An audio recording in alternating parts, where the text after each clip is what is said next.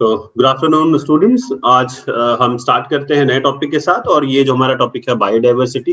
अब तक हमने आपसे बात की थी इकोलॉजी और इकोसिस्टम की, और मैंने आपसे कहा था कि इसके बाद हम बायोडायवर्सिटी पढ़ेंगे।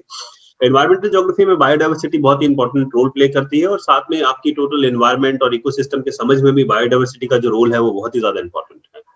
तो इसलिए ये जो टॉपिक है ये इन जनरल सिविल्स के लिए और आपके सब्जेक्ट दोनों के लिए काफी ज्यादा इंपॉर्टेंट है। चलिए, तो सबसे पहले हम लोग पढ़ते हैं कि बायोडायवर्सिटी होती क्या है, व्हाट इज बायोडायवर्सिटी। तो जो टर्म बायोडायवर्सिटी है ये दो टर्म से मिलके बना है, एक बायोलॉजिकल, दूसरा डाइवर्सिटी। यानी बायोलॉजिकल और डाइवर्सिटी को मिला के बायोडायवर्सिटी जो शब्द है वो बना है। बायोडायवर्सिटी का मतलब क्या होता है? बायोडायवर्सिटी का सिंपली मतलब है कि किसी भी गिवन एरिया में, एक निश्चित क्षेत्र में जो वैरायटी ऑफ लाइफ होती है उसी को हम क्या कहते हैं? बायोडायवर्सिटी कहते हैं। यानी एक गिवन एरिया में कितने नंबर ऑफ प्लांट और एनिमल स्पीशीज रहती हैं वही उस एरिया की क्या हो गई? बायोडायवर्सिटी हो गई। बायोडायवर्सिटी जो है उसकी खास बात यह है कि बायोडायवर्सिटी क्या करती है, जो पारिस्थितिकी तंत्र होता है, इकोसिस्टम जो होता है, उसकी जो स्टेबिलिटी होती है उसको बढ़ा देती है, उसकी स्थिरता क्या कर देती है? बढ़ा देती है।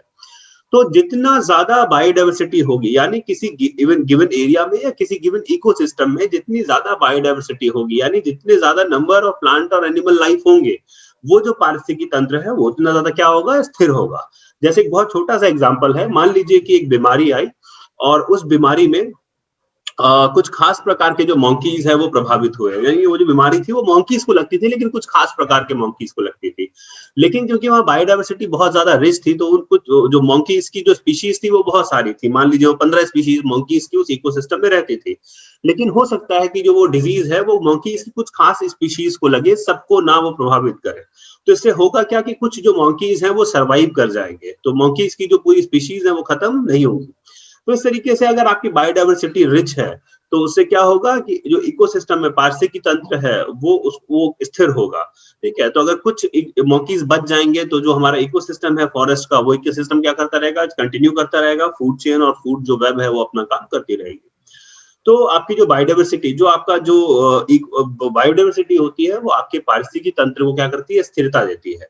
अगर बायोडायवर्सिटी कम है तो आपका पारिस्थितिकी तंत्र क्या होगा? बहुत ज्यादा कमजोर हो जाएगा। अगर मान लीजिए कि एक तालाब है जिसमें कुछ ही मछलियां हैं और अगर वो किसी वजह से वो मछलियां मर जाएं तो आपकी जो इकोसिस्टम है तालाब का वो क्या हो जाएगा? खत्म हो जाएगा। ठीक है, वो जो इकोसिस्टम है उसका लॉस हो जाएगा। लेकिन अगर मछलियों की बहुत सारी प्रजातियां हैं तो आपके इकोसिस्टम के बने रहने की, बचे रहने की जो संभावना है वो क्या है? ज्यादा है। तो बायोडायवर्सिटी जितनी ज्यादा रिच होगी इकोसिस्टम उतना ही स्टेबल होगा, बायोडायवर्सिटी जितनी पुअर होगी इकोसिस्टम उतना ही अनस्टेबल होगा। जो वर्ड बायोडायवर्सिटी है, जो वर्ड बायोलॉजिकल डाइवर्सिटी है, उसको सबसे पहले एक यूएसए वाइल्ड लाइफ साइंटिस्ट हुए जिनका नाम था रेमंड एफ डेसमन। तो यूएसए के wild life scientist Raymond F Dasmann ने, यानी रेमंड डेसमन ने सबसे पहले बायोलॉजिकल डाइवर्सिटी शब्द का यूज किया। उनकी एक किताब थी 1968 में जिसे उन्होंने लिखा था, जिसका टाइटल था a different kind of country. ठीक है, इस किताब में उन्होंने बायोलॉजिकल डाइवर्सिटी शब्द का यूज किया और कंजर्वेशन को एडवोकेट किया कि हमें क्या करना चाहिए? अपने पर्यावरण का कंजर्वेशन करना चाहिए। उसके बाद जो वर्ड बायोडाइवर्सिटी है उसको सबसे पहले 1985 में एक अमेरिकन बॉटनिस्ट हुए जिनका नाम था वॉल्टर रॉजन। तो 1985 में वॉल्टर रॉजन ने सबसे पहले बायोडाइवर्सिटी शब्द का यूज किया 1985 में। अब जैसा कि मैंने आपको बताया कि जो बायोडायवर्सिटी वो है क्या कि वो number of plant and animal life and any area और इकोसिस्टम। ये जो हमारी बायोडायवर्सिटी अगर इसके बारे में देखें तो हमारी प्लांट लाइफ और एनिमल लाइफ है, साथ में हमारी जो लाइफ है वो टेरेस्ट्रियल है या वो मरीन है, यानी जमीन पे रहने वाले जानवर और जीव हैं और जो पेड़ पौधे हैं, और जो समुद्र में रहने वाले जीव हैं और जो प्लांट्स हैं जो जो समुद्र में पाए जाते हैं। तो अगर आप टेरेस्ट्रियल बायोडायवर्सिटी की बात करें तो टेरेस्ट्रियल बायोडायवर्सिटी सबसे ज्यादा इक्वेटर पे पाई जाती है। कहाँ पाई जाती है? भूमध्य रेखा पे पाई जाती है। जैसा कि आपको जब फर्स्ट ईयर में आपको पढ़ाया था तो मैंने आपको पढ़ाया था प्रेशर बेल्ट्स के बारे में। तो मैंने आपसे बताया था कि अगर प्रेशर बेल्ट को आप लोग देखें तो हमारा जो इक्वेटोरियल एरिया है ये कैसा है? ये लो प्रेशर बेल्ट है। क्यों? क्योंकि यहाँ से हवाएं सूरज की गर्मी की वजह से हवा गर्म होकर फैलती है और ऊपर की तरफ उठती है। जब हवाएं ऊपर की तरफ उठती है तो समुद्र से बहुत सारी पानी है जो नमी है उसको लेके ऊपर जाती है और बारिश होती है। तो इक्वेटोरियल क्षेत्रों में जहां पे जमीन है वहां पे डेली रेनफॉल होती है। इसी वजह से वहां पे नमी और पानी की क्या है? प्रचुरता है, बड़ी मात्रा में नमी और पानी पाया जाता है। और क्योंकि साथ ही में सूर्य की किरणें सीधी पड़ती हैं और साल भर लगभग गर्मी रहती है, तो पेड़ पौधों के ग्रो करने के लिए ये बहुत अच्छा क्लाइमेट होता है। तो इस तरीके से जो भी आपका इक्वेटोरियल एरिया है, आप देखें तो वहाँ क्या पाया जाता है, रेन फॉरेस्ट पाए जाते हैं, वर्षावन पाए जाते हैं। अफ्रीका में जायरे की रेन फॉरेस्ट है, जिसे हम कॉन्गो रेन फॉरेस्ट भी कहते हैं। आपका जो साउथ अमेरिका है, उसमें आपके अमेज़न रेन फॉरेस्ट है, इंडोनेशियन रेन फॉरेस्ट आपके इंडोनेशिया में पाए जाते हैं। ये सारे क्या है, रेन फॉरेस्ट है। और ये कहाँ पे है, इक्वेटर के आसपास। क्योंकि रेन फॉरेस्ट क्या है, आपके वेजिटेशन क्या है, ये प्राइमरी प्रोड्यूसर है। तो अगर प्राइमरी प्रोड्यूसर ज्यादा है, तो ट्रॉफिक लेवल में सेकेंडरी, टर्शरी और जो टॉप कंज्यूमर होंगे, उनकी संख्या भी क्या होगी, ज्यादा होगी। जिस वजह से जो एनिमल लाइफ है, वो भी इस एरिया में क्या है, बहुत ज्यादा रिच है। तो अगर आप देखें टेरेस्ट्रियल बायोडायवर्सिटी यानी जमीन में पाई जाने वाली जैव विविधता, तो भूमध्य रेखीय क्षेत्रों में, खासकर वर्षावनों में जैव विविधता क्या है, सबसे अधिक है। लेकिन वहीं अगर आप समुद्र की बात करें, तो ओशंस जो आपके हैं, उन ओशंस में आपका जो सबसे ज्यादा बायोडायवर्सिटी पाई जाती है, ये मिड लैटिट्यूडनल बैंड्स में पाई जाती है। मध्य अक्षांश के जो समुद्र के क्षेत्र है, वहां पाई जाती है, या वेस्टर्न पैसिफिक ओशन में पाई जाती है। तो मरीन डाइवर्सिटी इस वक्त कहाँ मिलती है, वेस्टर्न पैसिफिक ओशन में और मिड लैटिट्यूड बैंड्स में, नहीं मध्य अक्षांशीय क्षेत्रों में।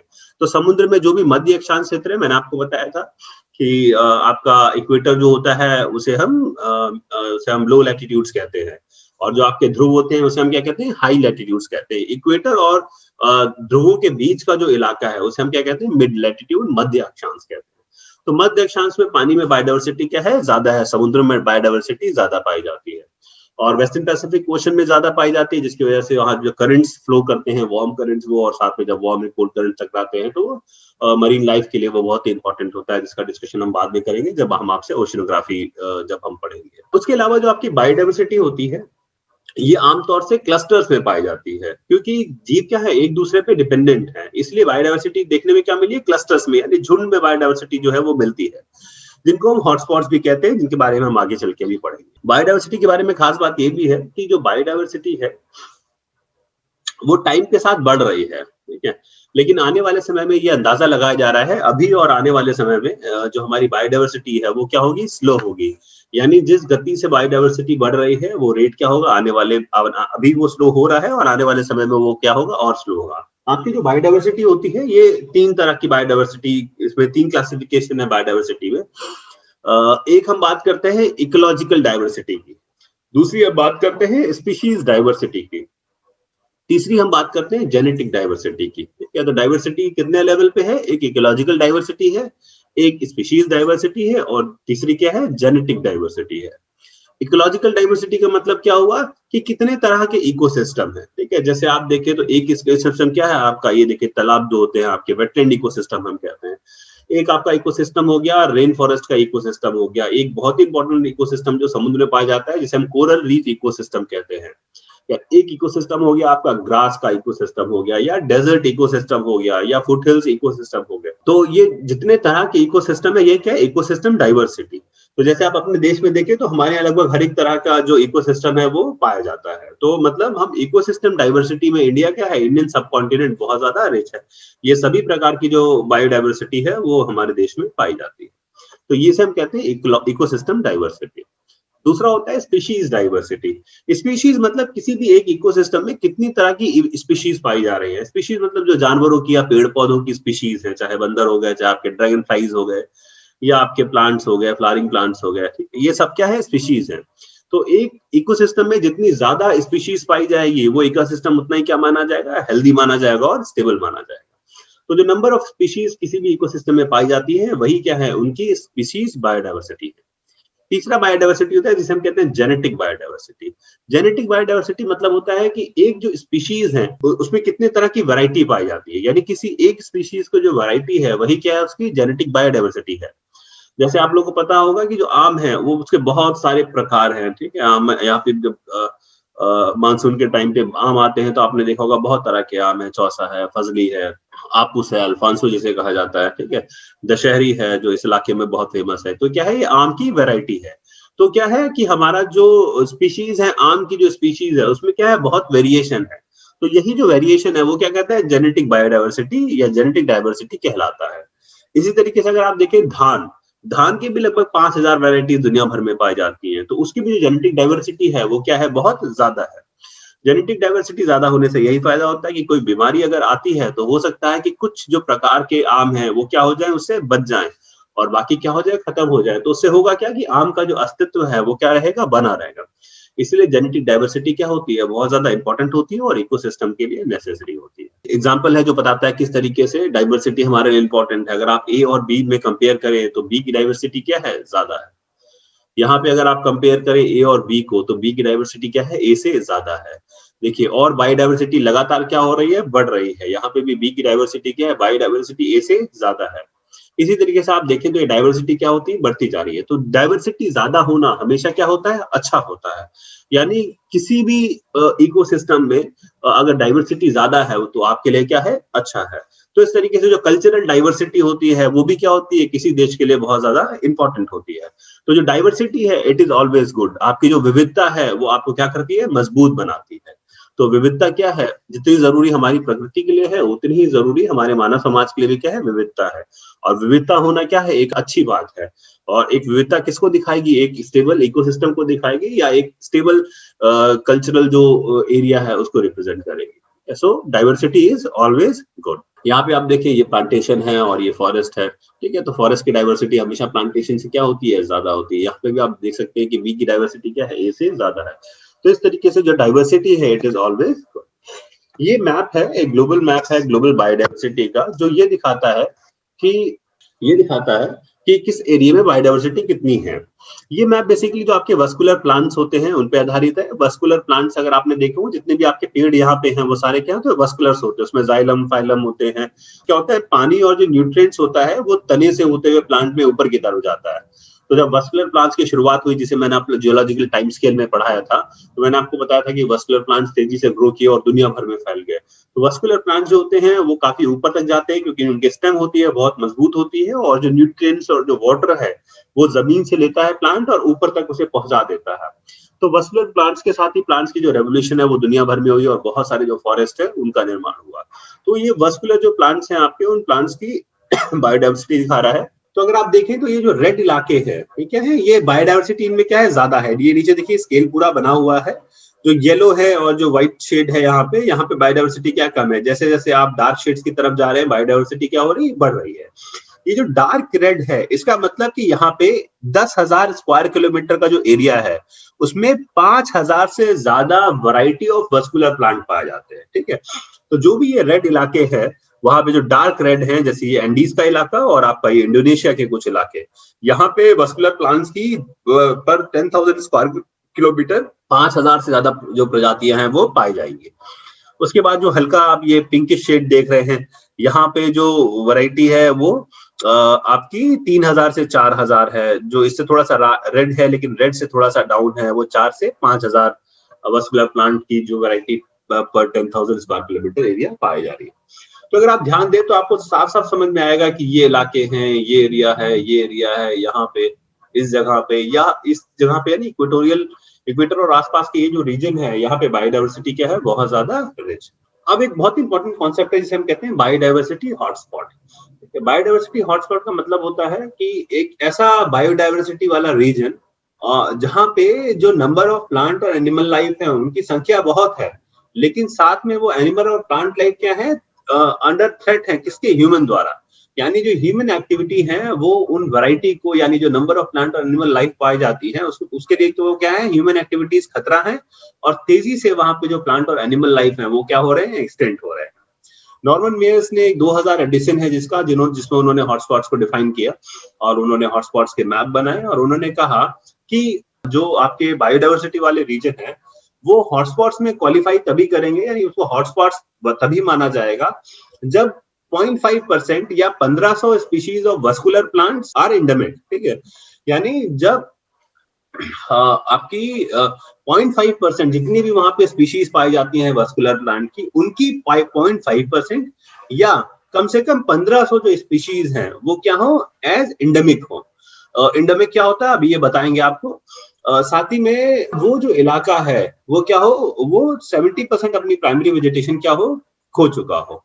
तो उन्होंने क्या कहा कि वो इलाके, उन्हीं को हम हॉटस्पॉट्स, बायोडाइवर्सिटी हॉटस्पॉट्स मानेंगे जिसमें जो आपकी 0.5% या 1500 स्पीशीज जो वस्कुलर प्लांट की हो वो एंडेमिक हो, और साथ में 70% जो उसका प्राइमरी वेजिटेशन है वो क्या हो चुका हो, लॉस हो चुका हो। 70% उसका जो प्राइमरी वेजिटेशन है वो क्या हो, खत्म हो गया हो।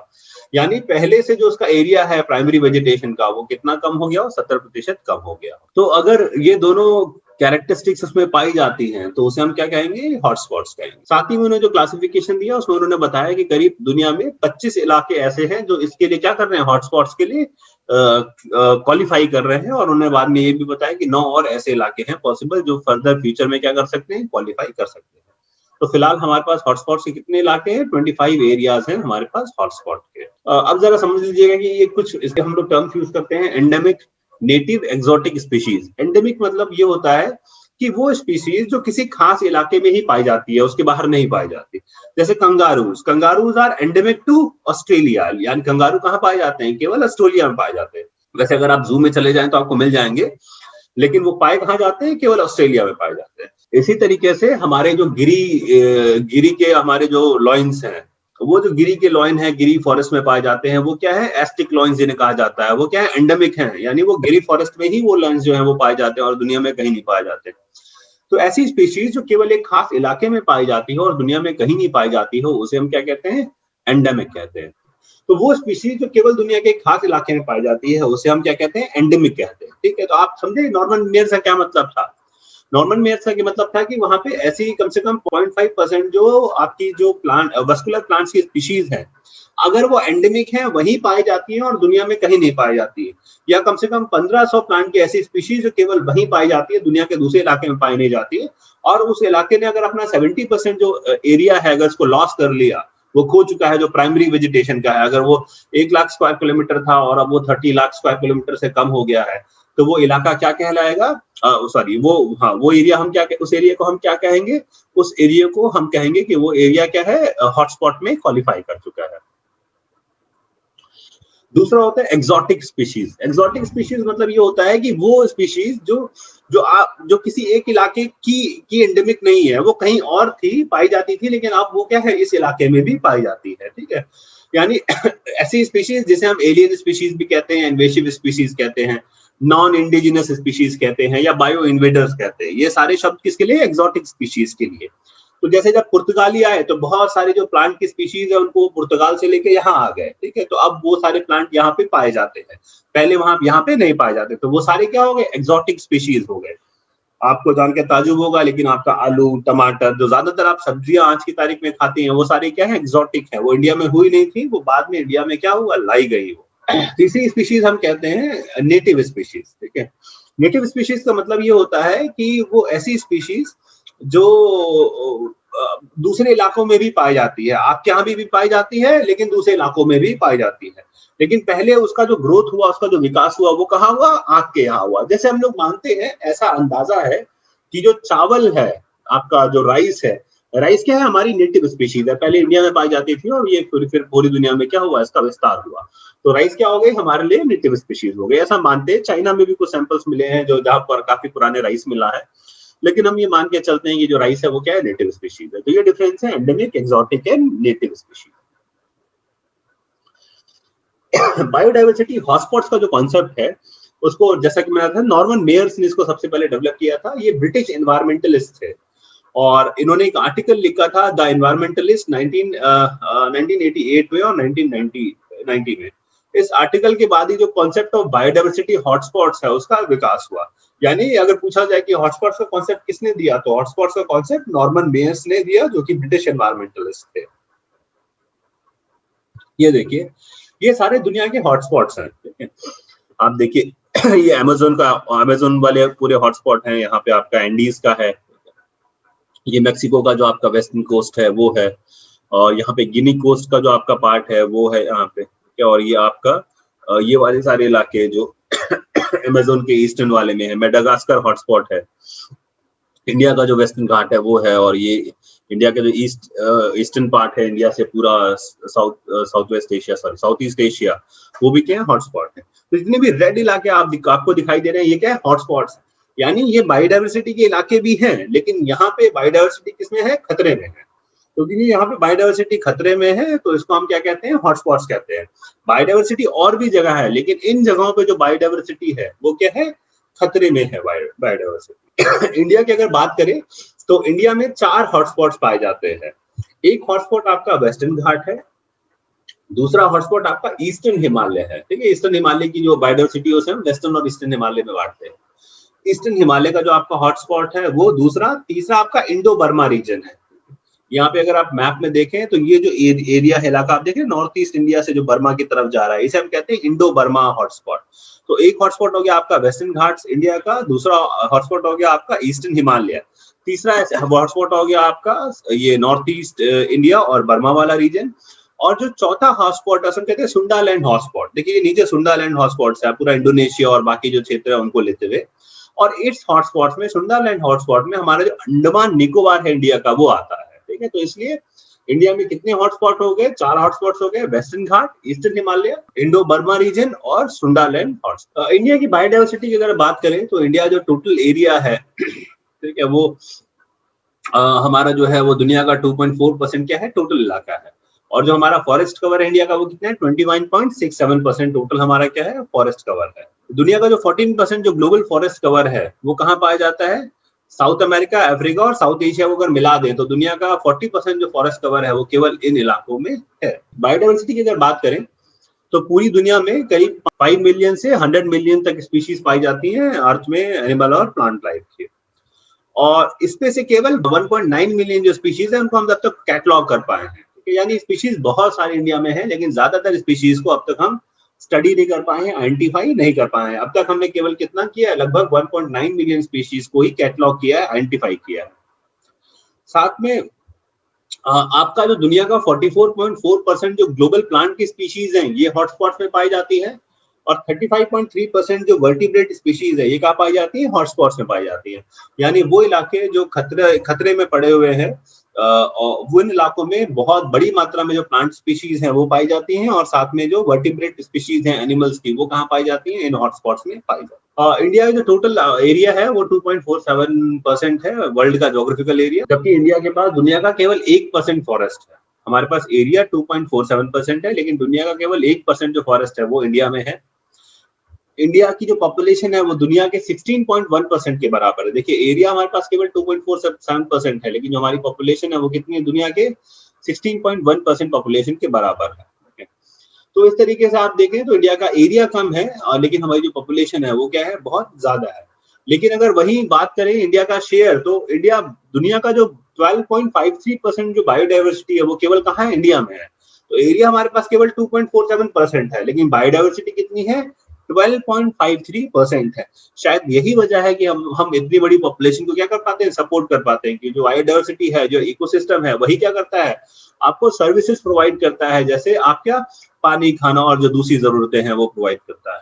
तो हमारे बायोडायवर्सिटी क्या है, बहुत ज्यादा रिच है, एरिया कम है लेकिन बायोडायवर्सिटी बहुत ज्यादा क्या है, रिच है।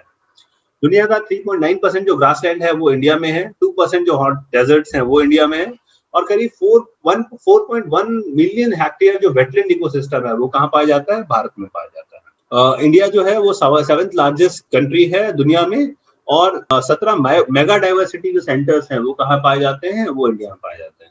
हमारे यहाँ करीब 45,000 स्पीशीज हैं वाइल्ड प्लांट की, 89,000 स्पीशीज हैं वाइल्ड एनिमल्स की, 320 स्पीशीज हैं वाइल्ड रिलेटिव्स ऑफ जो क्रॉप्स हैं आपके, विभिन्न जो कृषि आप करते हैं, जो उगाते हैं उसकी स्पीशीज हैं, और लगभग 4 लाख स्पीशीज क्या है अभी भी आइडेंटिफाई होना बाकी है। यानी बहुत सारी स्पीशीज को अभी भी हमें क्या करना, आइडेंटिफाई करना बाकी है। ये पाया जाता है कि वो प्लांट स्पीशीज इंडिया में और वर्ल्ड में क्या रेशियो है उसका, जब जैसे बैक्टीरिया 830 जो है वो इंडिया में पाए जाते हैं, दुनिया भर में 4000 पाए जाते हैं। तो करीब 20% के आसपास की जो बैक्टीरिया वो केवल कहाँ, दुनिया में, इंडिया में है। तो इस तरीके से ये सारा जो है वो देता है इंडिया और वर्ल्ड का कंपैरिजन।